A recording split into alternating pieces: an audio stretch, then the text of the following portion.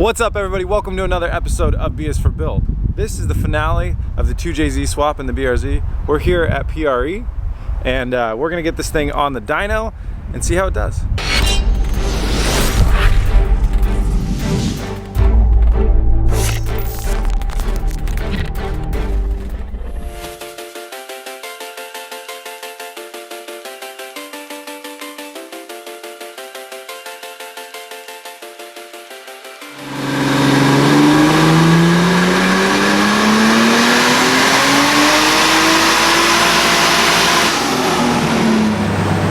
Things are happening. So we knew that there was a problem with one of the mechanisms that was going to handle the boost.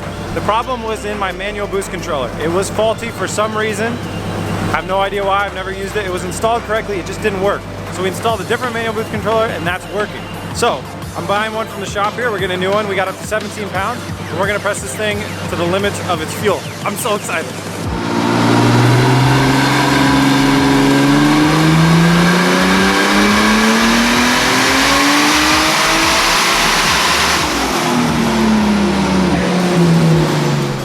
Alright, things are going good. We're just trying to fine tune the good. We made about 350 to the wheels on an automatic, which he's telling me is about 400 to the wheels on a manual, so that's great.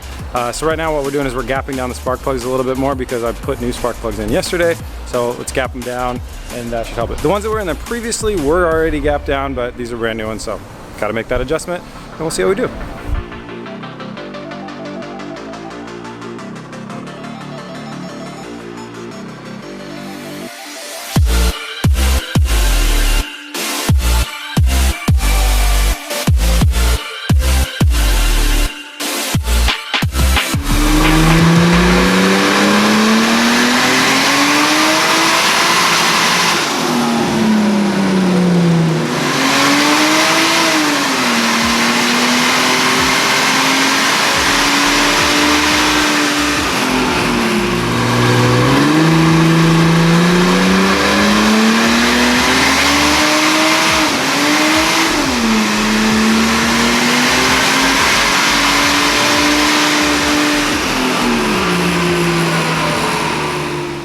We are done on the dyno. We maxed out the injectors. We raised the fuel pressure up so we had the most fuel pressure while we were still running in the right range, and then we got the most boost out of it until it leaned out at the top end, and that's how we got our key horsepower. We got up to 352 horsepower, wheel horsepower on the dyno, which I'm not upset about because 352 on an automatic transmission is closer to 380, 390 horsepower on a manual transmission because the automatic transmission has draw, and that reaches our goal of trying to double the horsepower of the stock BRZ engine. I'm happy with that.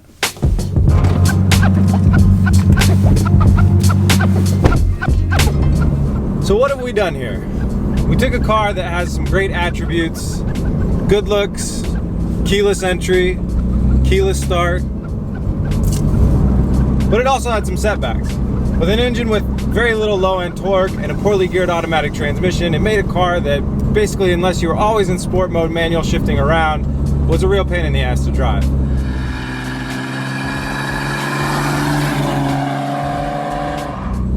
When it came time to revive this car, bring it back to life, I set a goal for myself. I wanted to go out and double the horsepower of the BRZ engine on a shoestring budget, trying to build it in a way that people could replicate at home. It took a little over 4 months with some breaks in between, and about $3,500 if you discount the price of the stock motor. It cost me about $5,000 for swap parts, but I think the stock motor and trans is worth about $1,500. So in the end, to make it happen, it cost about $3,500. It didn't take any amazing special tools or special skills. It was all something that somebody could do at home, which I was really proud of. We have no electrical tuning, although we did spend some time on dynos, but we didn't do anything that you couldn't do at home. We started by pulling the stock BRZ engine and transmission out of the car and then cleaning up the old engine bay. Then we were able to install the CX Racing motor mounts and place the 2JZ inside the car. After that, we had a lot of fun playing around with wiring, figuring out how to wire up the car and get it to start. Once we had it started, I upgraded the fuel pump and installed the intercooling system for the stock twins, adding some performance and handling mods along the way with these Koenig hypergrams and candy bread and some new coilovers. After a pretty long DIY drive shaft debacle, don't do that yourself, we were ready to hit the road, and once we hit the road, we uncovered a lot more problems than we normally did. We ran into a lot of setbacks that are not, there are more setbacks than we're used to on this channel, but that comes with an engine swapped car. First big setback was with the cooling system. We didn't have enough cooling, so we upgraded the radiator and radiator fans, which is a pretty common thing to do on these types of swaps, and also get rid of the stock front impact bar. After that, the car was running a little too rich, so we decided to go single turbo in an effort to remove the stock twin turbos and get rid of all the complication that was inside those things, hoping that maybe they had a boost leak or something else like that. After that wasn't the case, got an adjustable fuel pressure regulator, checked my fuel pressure, and found out that was definitely the problem. Once we got the fuel pressure back and dialed in, things were pretty good to go. I had some really out there crazy plans for the looks of this car. I originally wanted it to be very like stand out a lot, look very rugged. I wanted to paint pinup girls on the side and have the crazy swirl marks all over the place. But after putting in so much hard work and effort into the power and the drivetrain of this car, I didn't really want the body to be kind of the main focal point, but I also didn't want to hide all the curves of the car. And the swirls were kind of going to do that. So I went with this satin black with a hint of red into it to really set off the wheels and let the wheels and the wide body and the curves of the car be the focal point of the car. In the end, I really love the way that it looks. With the carbon fiber hood, really sets it off. It's got a lot of different angles and a lot of different looks on it that look really good. And it turns heads. People love looking at it. Anytime I go out to a car show, we get a good gathering, and we have a lot to talk about. And then I pop the hood, and then we have a lot to laugh about. Now that this stage of the build is done, and we've got the engine in the car, and I've driven it for a couple hundred miles without anything exploding on me, I feel like I can sit back and look back on it now in retrospect. And it really was a great experience building this car, engine swapping this car. I learned so much that I needed to learn. I don't think that you can learn it any other way until you go off and do your own engine swap on your car. There's just a lot of different attentions to details. There's different looks. There's different things that you have to think about. And when you're trying to get the longevity out of these things, it becomes really important. So that's very interesting. And you just look at the level of engineering that goes into these things, and it's very impressive. But I am super glad that we did it. This car, I mean, you guys remember, this was the blue BRZ. This is the BRZ that Eric used to own. This was the car that we filmed the How To Rocket Bunny Wide Body Kit on Your Car episode way back when, which shot the channel into the limelight. I mean, this car started the B is for Build YouTube channel. So, although it took some time, took some effort, and took a little bit more money than I honestly thought it would, it was completely worth it because I'd learned so much.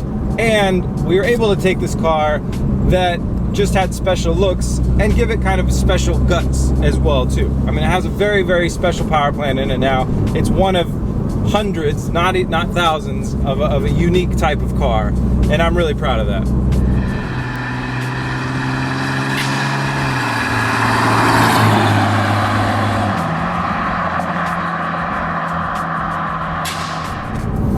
Interestingly enough, this car, the build, with the way that we've got it now, there is a way to do this much faster and much cheaper than we did it. I thought I was doing it the most budget way, but that is actually incorrect. The most budget way to double the horsepower of the stock engine is more budget and a lot faster, is to install a turbocharger kit on the stock engine and go have the ECU reprogrammed. I did not know that the ECUs on these cars are reprogrammable. If you take it down to a shop that specializes in Subaru, like PRE, they can reprogram your stock ECU so you keep all the fun things like your ABS and your air conditioning and all that other good stuff. And then they can push that car, if you have a good turbocharger kit, up to 400 horsepower. So 400 wheel horsepower is completely doable with the turbocharging kit and an ECU flash, which I didn't know. I didn't know. Would I have done it?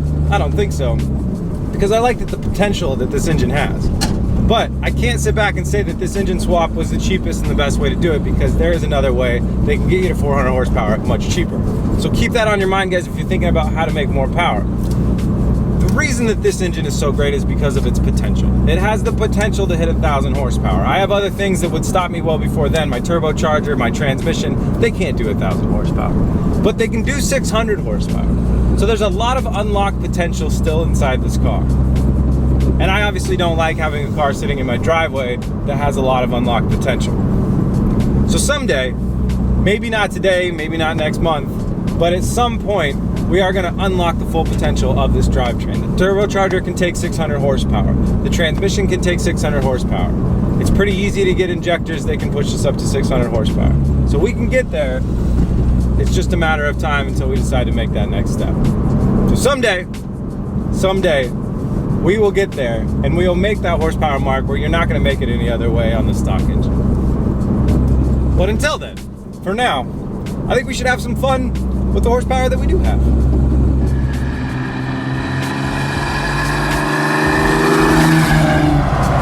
I know you guys have been dying for some BS for burnout action. Let's see what we can do here.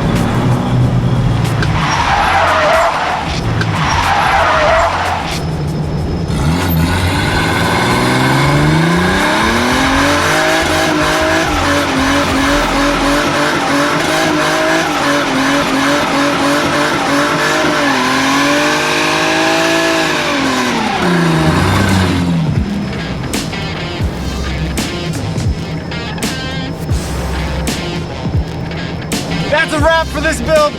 Big thanks to our sponsors, Koenig for the wheels and CX Racing for the turbo accessorize. Thank you guys so much. If you like BS for Build, you want to help out and support, head over to bsforbuild.com. We got to get out of here before the cops come. And find us on social media, BS for Build. Thank you guys so much for watching. Can't wait to jump on the next build. Peace!